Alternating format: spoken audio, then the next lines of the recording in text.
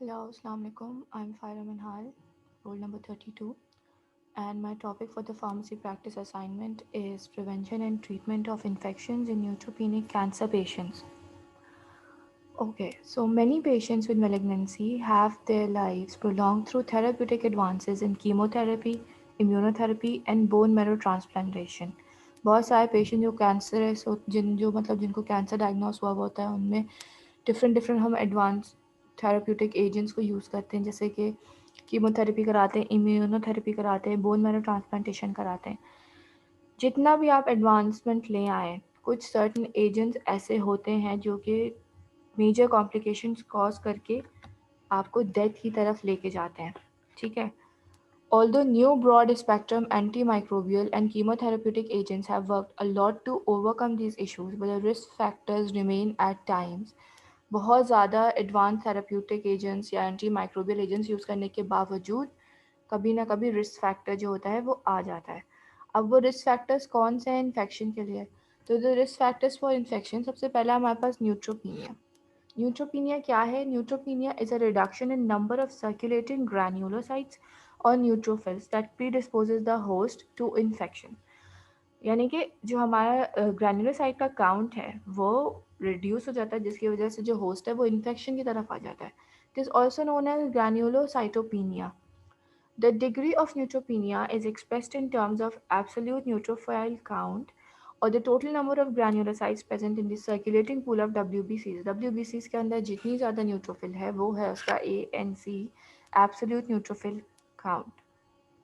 अब होता क्या है कि ANC के बेसिस पे हम डिपेंड करते हैं, हमारा ANC काउंट जो है वो इस चीज़ पे डिपेंड करता है कि हमारा इन्फेक्शन कितना ज़्यादा है और कितना सेवियर है। और किस पे डिपेंड करता है? रिस्क फैक्टर डिपेंड करता है कि भाई न्यूट्रोपीनिया जो है पेशेंट को वो कितने टाइम से है और कितना सिवियर न्यूट्रोपीनिया है। जितना सिवियर और जितना लंबा न्यूट्रोपीनिया चला है उतना ज़्यादा इन्फेक्शन होगा। The risk of infection is low when ANC exceeds 1000 cells per millimeter cube. हज़ार से ज़्यादा है तो रिस्क ऑफ इन्फेक्शन कम है। As the ANC drops to 500 cells millimeter cube, the risk of infection rapidly increases. The risk of developing infection is further increased as the ANC drops to more than 100 cells per millimeter cube. Recovery of the ANC is the most important factor determining the outcome of infectious complication in the neutropenic patients. हमें सबसे पहले ANC count को अपने normal करना चाहिए ताकि हम infection को फर्दर डायग्नोस करके ट्रीट करें। Patients with short durations of neutropenia, that is more less than 1 week, or in whom neutropenia is not severe, यानी कि less than 1000 cells per millimeter cube, generally responds to empiric antibiotics and less frequently develop serious life-threatening infections. जिनका short duration है उनमें ज़ाहिर है कम infections हैं। In contrast to patient render to neutropenic for more than 1 week, example those receiving more intensive chemotherapy regimens और severely neutropenic are more vulnerable to serious infections. वो patient जिसमें severe neutropenia है और ज़्यादातर कीमोथेरेपी हो रही है उनमें सीरियस इन्फेक्शन हो सकते हैं।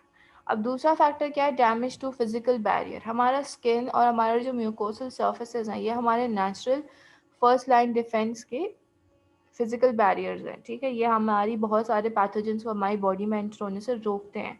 अब ये क्यों डैमेज होते हैं? They are further damage due to some tumour treatment के दौरान अगर सर्जरी हो रही है, रेडिएशन हो रही है, डिफरेंट आईवी इंजर्शंस की वजह से, इंजर्शन ऑफ यूरिनरी कैथेटर्स की वजह से, या वेनी पंक्चर, हम जब कोई वेन वगैरह पंक्चर करते हैं तो हमारा ये फिजिकल बैरियर जो है डिस्ट्रॉय होता है या डैमेज होता है। जाहिर सी बात है इसमें कट लगेगा, इसमें कुछ भी होगा। These damages lead to entrance of skin microflora within the body such as Staphylococci और Candida spp। ठीक है, क्या हुआ? इसकी वजह से ज़ाहिर है हमारे माइक्रोफ्लोराज आए बॉडी में। अब थर्ड फैक्टर है हमारा ऑल्ट्रेशंस इन इम्यून सिस्टम। ठीक है, मतलब हमारे इम्यून सिस्टम में अगर कोई एरर आ रहा है तब भी we are expose to the infection definitely, क्योंकि इम्यून सिस्टम हमारा डिफेंसिव सिस्टम है। तो patients with immunoglobin deficiencies, example hypogammaglobulinemia, chronic lymphocytic leukemia or splenectomy are at increased risk of infection with encapsulated bacteria that cause efficient phagocytosis. Encapsulated bacteria जो phagocytosis cause कर रहा है वो इन factors की वजह से ये अब ज़्यादा रिस्क फैक्टर पे है। सच अब वो कौन से इनकैप्सुलेटेड बैक्टीरिया, उसमें हमारे पास Neisseria meningitis, Haemophilus influenza and Streptococcus pneumonia. फिर अब सेकंड फैक्टर है हॉजकिन डिजीज़। हॉजकिन डिजीज़ हो गया organ transplantation and HIV disease can disrupt the cellular immune system, increasing the risk for infection with obligate and facultative intracellular organisms। अब यहाँ पे क्या है, हॉजकिन्स या ऑर्गन ट्रांसप्लांटेशन एचआईवी की वजह से कौन से इन्फेक्शन आ रहे हैं, ऑब्लिगेट या फिर फैकल्टेटिव। सही, जैसे कि माइकोबैक्टीरिया हो गया, Listeria, toxoplasma, Toxoplasma, viruses and fungi. Some chemotherapeutic regimens have profound effect on both cellular and humoral differences। यानी कि कुछ कीमोथेरेपी के दौरान भी कुछ रेजिमेंट्स ऐसे होते हैं जो हमारी सेलुलर या ह्यूमोरल डिफेंसेस को अफेक्ट करते हैं। फोर्थ फैक्टर क्या है, फोर्थ फैक्टर हमारे पास कोलोनाइजेशन। तो कोलोनाइजेशन में क्या होता है, यानी कि ज़ाहिर है बैक्टीरिया की colonies. Microbial colonisation can be a prerequisite to infection in neutropenic patients. Colonization may be defined as recovery of an organism from any particular site। किसी भी पर्टिकुलर साइट से ऑर्गेनम रिकवर हो सकता है या स्टोर हो सकता है, एग्जाम्पल स्टूल या nasopharynx, without clinical science of infection. Most infections in neutropenic patients are caused by the host endogenous microflora or hospital-acquired pathogens that have colonized on the alimentary canal, upper respiratory tract or skin। क्या है, बहुत सारे जो वो होते हैं patients में, जो न्यूट्रोपीनिया के पेशेंट्स हैं, उनमें कहाँ से बैक्टीरियाज आ रहे हैं, एक तो आ रहे हैं हॉस्पिटल की वजह से जो बार बार हॉस्पिटल जा रहे हैं, दूसरा एंडोजीनियस माइक्रोफ्लोरा जो कि उनकी बॉडी के अंदर आके एक्यूमुलेट हो रहे हैं, कहाँ पे, अपर जीआईटी ट्रैक पे, रेस्पिरेटरी ट्रैक पे या फिर स्किन पे, और कॉलोनीज बना रहे हैं, तो इसलिए भी हमारा रिस्क ऑफ इन्फेक्शन बढ़ जाता है। अब है हमारे पास क्या, stem cell transplantation.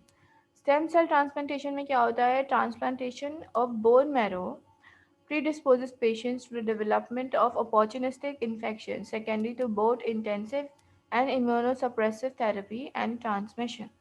These infections may be acquired from blood products or may present reactivation of latent host infection। जब ट्रांसप्लांटेशन होती है, डिफरेंट किस्म का ब्लड डिफरेंट तरीके से हम इंजर्शंस करवाते हैं, जिसकी वजह से भी हमारा बैक्टीरिया या हमारा इन्फेक्शन बढ़ सकता है। Now the last point is radiation therapy. बहुत सारी रेडिएशन, जैसे कि हमने पढ़ा हमारे फिजिकल बैरियर को भी रेडिएशन जो है वो डैमेज करती है। तो side effects of associated with the use of radiation therapy for the treatment of malignancy, example mucositis, skin breakdown or reduction in blood counts may also predispose a patient with neutropenia to infection। तो हमारे पास ये certain risk factors हैं जिनकी वजह से हमारा infection बढ़ रहा है। Now we have a case study। It says a 41-year-old woman was admitted to the cancer center for placement of a central IV catheter for administration of chemotherapy to treat acute non-lymphocytic leukemia in relapse। क्या करना था इनमें, इनको relapse हुआ है जिसकी वजह से हमें central IV catheter लगाना है ताकि हम कीमोथेरेपी दे सकें। She was diagnosed 2 years ago and was treated with cytarabine plus daunorubicin which resulted in a complete remission for 33 months। यानी कि 33 months तक it was all okay। This admission she will be treated with high dose cytarabine plus mitoxantrone for reinduction. अच्छा, हमें हमारा plan दे दिया गया है कि इस एडमिशन पे हम इनको हाई डोजेस देंगे, किसके, साइटाराबाइन के और माइटोजेंट्रॉन के। अब हमसे जो पूछा गया है वो ये है कि what are the most likely pathogens to cause infection in patients like these during periods of chemotherapy induced neutropenia. यानी कि जब कीमोथेरेपी हो रही है उस दौरान में कौन कौन से इन्फेक्शन हो सकते हैं। अब यहाँ पे हमारे पास दो तरीके से बैक्टीरिया आ सकते हैं। एक तो कब आ सकते हैं, जब हमने कीमोथेरेपी हो रही है, ठीक है, और दूसरा कब आ सकते हैं, जैसे कि हमने पढ़ा है कि जब हमारा आईवी कैथेटर लग रहा है यानी कि इंजर्शन हो रही है। तो ये दो किस्म के हमारे पास बैक्टीरियाज आ सकते हैं। So these are the SOAP notes. Subject हमारे 41 इनकी हिस्ट्री है, डायग्नोज 2 years ago। ऑब्जेक्ट है to identify the pathogen that may cause infection while or post inserting IV catheter and during periods of chemotherapy induced neutropenia। Assessment क्या है, to treat acute non-lymphocytic leukemia through chemotherapy, diagnosed 2 years ago and treated by cytarabine and daunorubicin which resulted in complete remission of 33 months. हमारे पास सब present है, plan भी हमें दे दिया है. Now after relapse she would be given high doses of cytarabine and metoxantrone for reinduction. हमें basically क्या पता करना है? Pathogens. Now these are the pathogens.